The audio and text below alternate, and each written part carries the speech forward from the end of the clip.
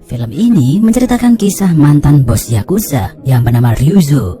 Sudah lama banget dia pensiun dari dunia gangster yang dijalaninya sejak masih muda. Sekarang Ryuzo menjalani masa tuanya dan tinggal satu rumah bareng anak laki-lakinya, Ryuhei, cucunya Kosuke, dan istrinya yang saya nggak tahu namanya siapa.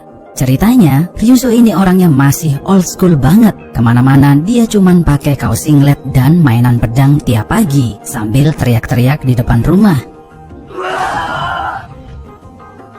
Tentu saja hal itu membuat Ryuhei sedikit kesel sama tingkah laku bapaknya.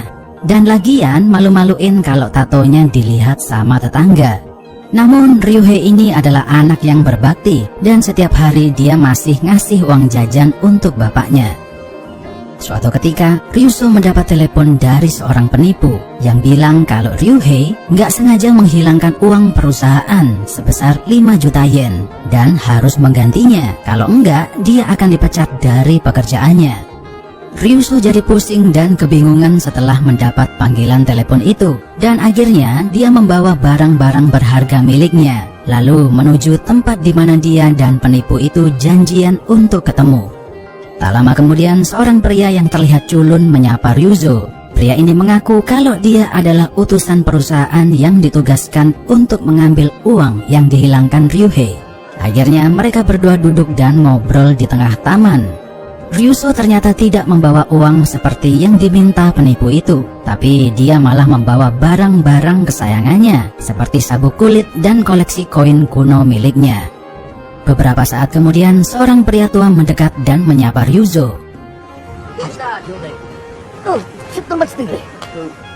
Dia ini ternyata adalah adik seperguruan sewaktu masih menjadi Yakuza yang bernama Maza.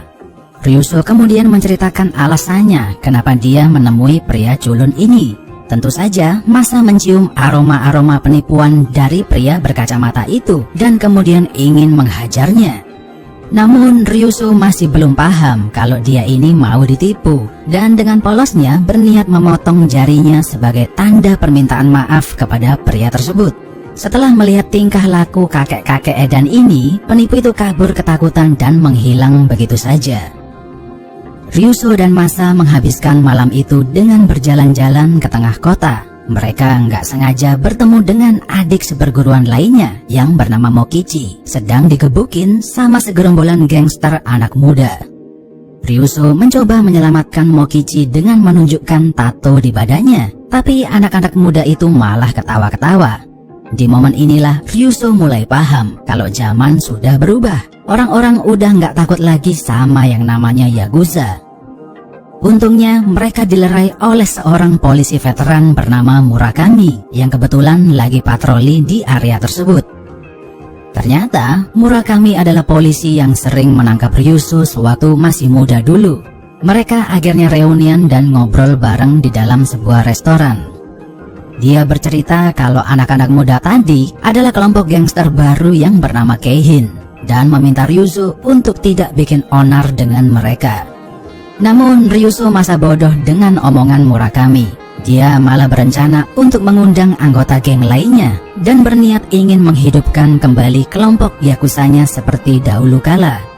Dia mulai mengirim surat satu persatu kepada mereka semua, berharap ada yang mau datang dan bergabung dengan kelompoknya. Sesudah sampai di rumah sepulang kerja, Ryuhei terkejut karena melihat kawan-kawan ayahnya berkumpul lagi. Tentu saja dia marah dan tidak setuju kalau mereka menemui ayahnya. Dia berpikir kalau sekelompok pria tua bangka ini bakal bikin onar lagi. Ryuzo malu karena dimarahin anaknya di depan anggota geng yang lain dan memutuskan untuk tidak tinggal lagi di rumah itu, kemudian menginap di rumah Maza. Keesokan paginya, satu persatu anggota geng Ryuzo datang. Dimulai dengan Takanori-san yang terkenal suka mengiris leher musuhnya dengan pisau cukur. Dan kayaknya udah nggak sejago dulu, karena waktu cukuran sendiri malah mukanya yang terluka. Disusul oleh Hideo-san yang jalan pelan-pelan karena udah uzur dan punya penyakit jantung. Hideo dikenal karena akurasi skill melempar paku yang selalu tepat sasaran. Tak lama kemudian, seorang pria tua yang menggunakan tongkat terlihat mendekat ke arah mereka. Pria itu kemudian mengeluarkan pedang yang tersembunyi di dalam tongkat tersebut dan lalu menunjukkan keahliannya. yang ternyata cuman pengen ngambil puntung rokok di depannya. Pria tua itu bernama Ichizo, yang dulu pas zaman masih muda doyan membantai kelompok yakuza lain dengan pedang kesayangannya. Dan yang terakhir, Max-san, pria tua cabul yang selalu dandan mirip rocker era 80-an dan kemana-mana selalu bawa pistol mainan buat nakutin orang. Akhirnya, setelah berkumpul dengan 6 orang lainnya, Ryuzo memulai misinya dengan mendatangi salah satu properti milik kelompok Keihin. Namun, lokasi tersebut nampaknya dijaga oleh anggota geng yang kemudian berniat mengusir Ryuzo dan kawan-kawan. 3 orang anggota Keihin sempat meremehkan sekelompok pria tua di depannya, tapi tanpa basa-basi, Mac mengeluarkan pistolnya dan menembak ke arah mereka. Tentu saja mereka semua terkejut karena pistol Mac ternyata pistol beneran dan akhirnya melarikan diri. 7 orang pria tua itu merayakan kemenangan pertama mereka di dalam restoran. Udah puluhan tahun mereka ini nggak pernah bikin onar, dan setelah kejadian di siang hari tadi, mereka merasa lebih hidup. Ryuzo bilang kepada mereka semua kalau dia ingin menghidupkan kelompok yakuzanya lagi dan membangun reputasi secara perlahan. Ke-6 orang lainnya setuju dengan rencana Ryuzo dan mereka pun mengadakan tradisi ritual untuk pembukaan kelompok barunya. Keesokan harinya saat lagi santai-santai, ada seorang sales yang mampir masuk ke rumah Masa. Pria tersebut tiba-tiba masuk dan menawarkan barang yang dijualnya. Pada awalnya pria ini berbasa-basi dengan Masa dan memberinya sebuah hadiah filter keran air yang katanya bagus untuk menyaring air di rumahnya.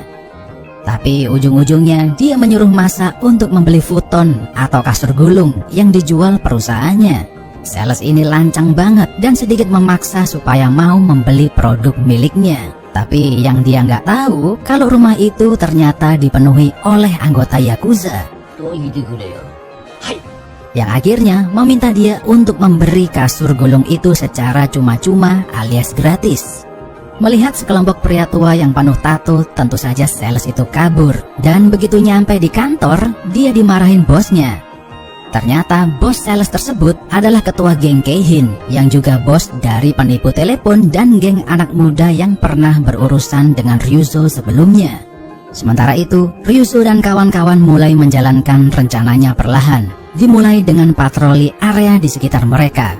Di situ, mereka tak sengaja melihat seorang pria yang bernama Tokunaga sedang turun dari mobil mewahnya.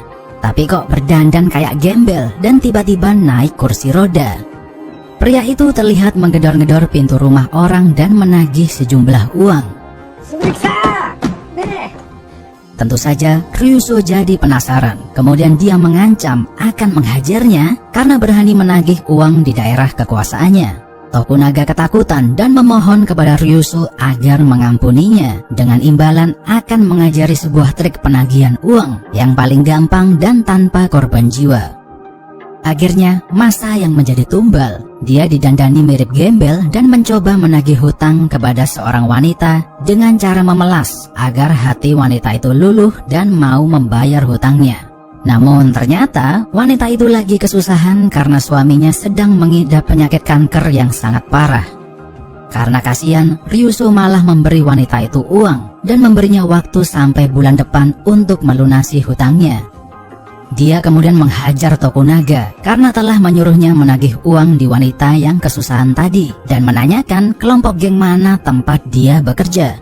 Ryuzo terkejut setelah tahu kalau Tokunaga ini adalah anggota geng Keihin dan dia memutuskan untuk menemui bosnya langsung. Akhirnya, Ryuzo dan 6 lainnya berhadapan langsung dengan Nishi, ketua geng Keihin yang selama ini bikin onar dengan dia. Namun Nishi lebih cerdas. Ternyata dia sudah menelepon polisi duluan agar datang ke kantornya untuk mengusir Ryuzo dan kawan-kawan. Untungnya yang datang adalah Murakami, polisi tua yang sudah lama dikenal oleh Ryuzo. Dia masih berbaik hati dan membebaskan Ryuzo dengan memberinya peringatan terakhir supaya nggak bikin onar lagi. Tapi Ryuzo lagi-lagi tidak mendengarkan peringatan Murakami dan malah melanjutkan patrolinya. Dia nggak sengaja melihat sekelompok orang yang lagi demo di depan kantor sebuah perusahaan. Di situ dia melihat kawan lamanya yang bernama Yasu lagi memimpin demonstrasi tersebut. Ryuso berniat membantu kawan lamanya itu. Jadi dia diam-diam meminjam mobil Ryuhei yang kemudian dipasangi stiker dan pengeras suara di atasnya. Pada awalnya, manajer perusahaan itu masa bodoh dengan para pendemo. Tapi setelah mobil Ryuso datang, dia jadi panik dan takut kalau demo ini bakal jadi tambah heboh. Nah, masalahnya, perusahaan yang didemo ini adalah tempat di mana Ryuhei bekerja, dan sang manajer menugaskan dia untuk membubarkan demo tersebut.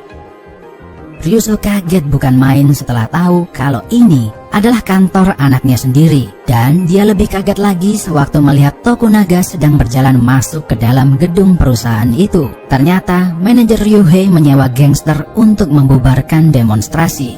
Karena Ryuzo nggak mau anaknya berurusan dengan gangster, dia kemudian masuk dan mengusir Tokunaga. Dan begitu sampai kembali ke markasnya, dia ditabok sama bosnya karena lagi-lagi berurusan dengan Ryuzo dan kawan-kawan. Karena berhasil membubarkan para pendemo itu tadi, Ryuzo akhirnya mendapat bayaran pertamanya yang digunakan untuk bersenang-senang dengan 7 orang sahabatnya. Di momen inilah mereka bisa menikmati kebersamaan susah dan senang bareng seperti dulu sewaktu masih muda. Sementara itu, Nishi sudah kesel banget karena area kekuasaannya dirusuhin sama sekelompok pria tua tersebut. Dia mempunyai ide untuk menculik cucu perempuan Mokichi, Yuriko, yang kebetulan pacarnya adalah anggota geng Keihin. Namun karena rasa sayang yang luar biasa, pria itu nggak tega untuk menculik Yuriko dan malah mendatangi Mokichi untuk memberitahukan rencana Nishi yang sebenarnya. Tentu saja Mokichi marah dan memutuskan untuk menghabisi Nishi tanpa memberitahu Ryuzo terlebih dahulu. Dia menyamar menjadi tukang pengirim makanan dan bersembunyi di dalam toilet menunggu Nishi masuk ke situ. Namun ternyata Mokichi salah masuk toilet. Yang dia masukin ini adalah toilet perempuan, dan tentu saja para cewek yang ada di dalam berteriak ketakutan. Akhirnya dia tertangkap oleh anak buah Nishi dan kemudian digebukin sampai tewas.